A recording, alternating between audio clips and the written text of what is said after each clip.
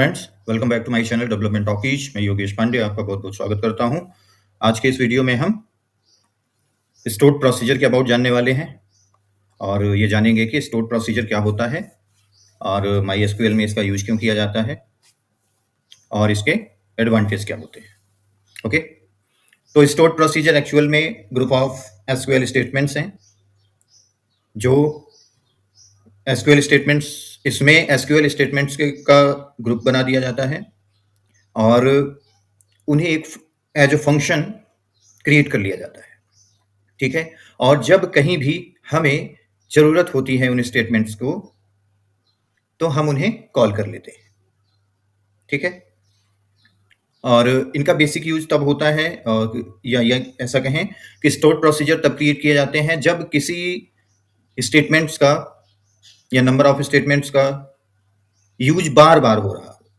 तो उस केस में हम बार बार वो कोड ना लिख के उस कोड को ग्रुप कर देते हैं। ठीक है, और उसे जहां पे जरूरत हो वहां पे कॉल कर लेते हैं। ठीक है, ये प्री कंपाइल्ड कोड होते हैं जो डेटाबेस में स्टोर होते हैं। तो इन्हें क्रिएट कैसे किया जाता है, ये इसका सिंटैक्स है। क्रिएट प्रोसीजर, पहले लिखेंगे create procedure keyword, then procedure का नेम, ओपनिंग और क्लोजिंग ब्रैकेट, देन बिगिन, और उसके बाद जो स्टेटमेंट्स हमें रखने हो वो, और देन इंट और डेलिमिटर चेंज। ठीक है, डेलिमिटर से स्टार्ट होता है ये और डेलिमिटर से एंड होता है इसका। ठीक है, डेलिमिटर एक्चुअली सेपरेटर्स हैं। ठीक है, जो डेलिमिटर को चेंज करते हैं। ठीक है, तो अब इसका एग्जांपल देख लेते हैं। तो सबसे पहले हम एक डेटाबेस सेलेक्ट कर लें जिसपे हमें वर्क करना है। हमने इसे सेलेक्ट कर लिया। ठीक है, अब यहाँ पे हम एक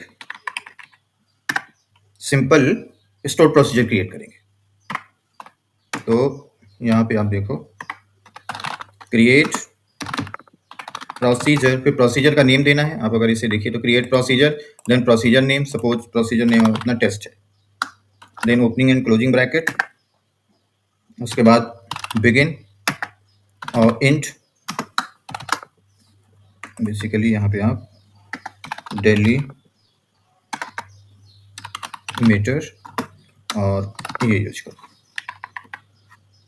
ठीक है, डेलीमीटर सेमीकोलन। ठीक है, ये तो सिंटैक्स हो गया। अब हमारे स्टेटमेंट बिगिन और एंड के बीच में होते हैं।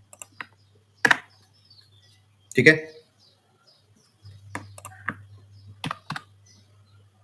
Drop procedure if exist test. अगर प्रोसीजर पहले से एग्जिस्ट होगा तो ये उसे डिलीट कर देगा। ठीक है, अब यहाँ पे आप स्टेटमेंट लिखिए सेलेक्ट, और यहाँ पे हम लिख देते हैं हाई फ्रॉम स्टोर्ड प्रोसीजर। ठीक है, हम एक सिंपल मैसेज दे रहे हैं इस स्टोर प्रोसीजर में कि जब भी हम कॉल करें तो ये मैसेज हमें मिले। ठीक है, इसको कॉल कैसे किया जाता है, कॉल कीवर्ड यूज किया जाता है और उसके बाद प्रोसीजर का नेम। तो सबसे पहले आप इसे क्रिएट कर लीजिए, यानी कि ये स्टेटमेंट, इन स्टेटमेंट्स को आप एग्जीक्यूट कर लो। Created, store procedure created. कहाँ पे दिखेगा ये आपको, ये माई टेस्ट डीबी है, इसे आप रिफ्रेश करिए एक बार। देखिए यहाँ पे ये टेस्ट स्टोर प्रोसीजर क्रिएट हो गया, ये डेटाबेस में स्टोर हुआ है। ठीक है,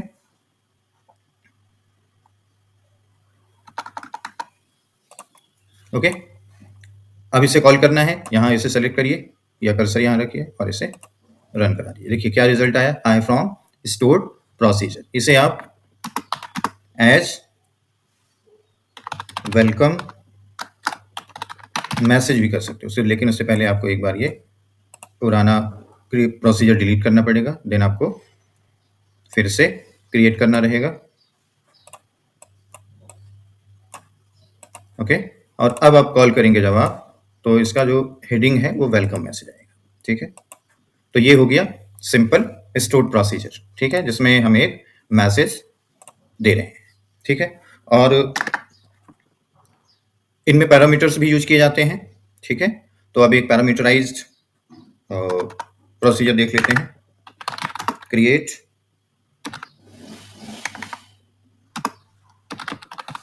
प्रोसीजर, और इस बार ग्रीटिंग्स, आप ये ग्रीटिंग्स नाम का एक प्रोसीजर बना लो, और देन बिगिन एंड डेलीमीटर, और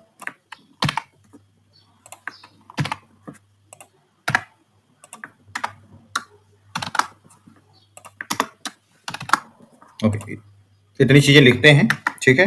अब यहाँ पे हमें पैरामीटराइज लेना है, तो यहाँ आप क्या करो, क्योंकि हमें इन दो तरह के पैरामीटर्स हम ले सकते हैं, इन और आउट, ठीक है। तो अभी चूंकि हम इनपुट लेंगे इसलिए हम इन लिखेंगे। जब हमें आउटपुट देना होगा तो तब हम किसी वेरिएबल को आउट डिक्लेयर करेंगे, ठीक है। तो अभी इनकी बात करते हैं। तो इन, यहाँ पे आप यूजर नेम और इसको इसका डेटा टाइप दे दो var और इसको साइज दे दो आप 50, ठीक है। अब यहाँ पे कर लो सेलेक्ट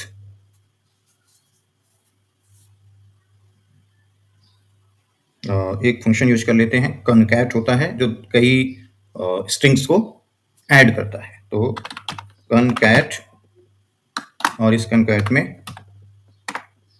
हम क्या यूज करेंगे, लिख देते हैं हेलो,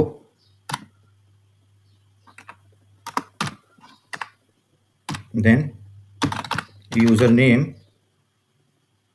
देन कॉमा, और एज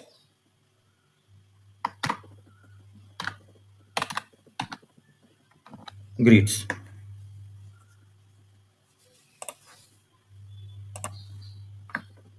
greetings।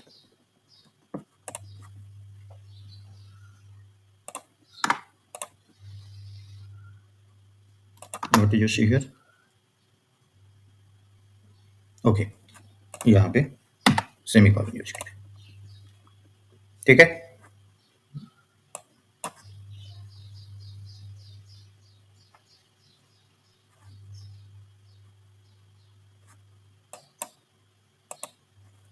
यस,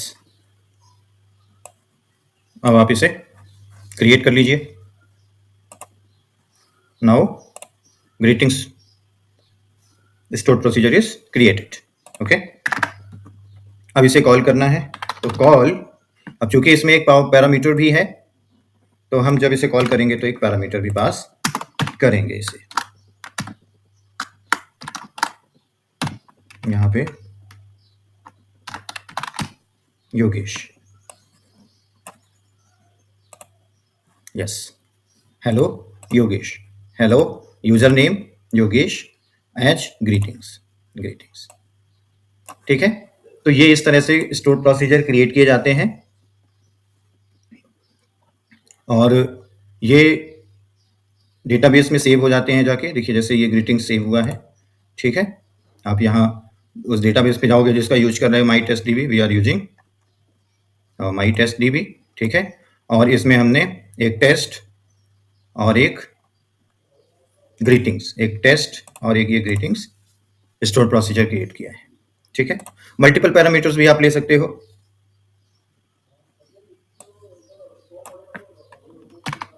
सपोज करो, अब इसी में चेंज कर देते हैं, ऐड नंबर्स, और यहाँ पे इन num1, और ये इसे आप इंटीजर कर लो, int, ठीक है। दूसरा इन num2, इसे भी आप इंट कर लो, ठीक है। अब यहाँ पे select num1 plus num2 as result, ठीक है। इसे क्रिएट कर लीजिए। अब ये क्या, किस नाम से बन रहा है, add numbers, store procedure created successfully. अगर आप यहाँ इसे रिफ्रेश करो देखेंगे तो ये ऐड नंबर्स का स्टोर प्रोसीजर क्रिएट हो गया। इसमें इसकी डेफिनेशन भी आ रही है कि इंटीजर टाइप का पहला आर्ग्यूमेंट है इंट इन, ठीक है, दूसरा आर्ग्यूमेंट num2 है, ठीक है, मतलब दूसरा पैरामीटर। अब हम यहाँ से आर्ग्यूमेंट इसे पास करेंगे जब कॉल करेंगे, तो कॉल ऐड नंबर्स, और यहाँ सपोज करो आप 10 और 20 पास कर देते हो, तो रिजल्ट क्या आना चाहिए? 30। रिजल्ट इज 30, ठीक है। कोई भी नंबर इस तरह से पास कर दो आप, 100, 200, तो रिजल्ट इस बार 300 होना चाहिए, ठीक है। तो इस तरह से हम प्रोसीजर्स का यूज करते हैं। आगे हम आउट कीवर्ड जो इसमें यूज होता है, यानी आउट पैरामीटर्स, उसको देखेंगे, और साथ ही कुछ टेबल्स के साथ, टेबल्स का यूज करके हम स्टोर प्रोसीजर क्रिएट करेंगे और उनके रिकॉर्ड्स में कुछ कैलकुलेशन या उनके रिकॉर्ड डिस्प्ले करेंगे, ठीक है। तो इस तरह की आज के वीडियो में इतना ही। नेक्स्ट वीडियो हम बहुत जल्दी आपके लिए लेके आएंगे। Thank you very much.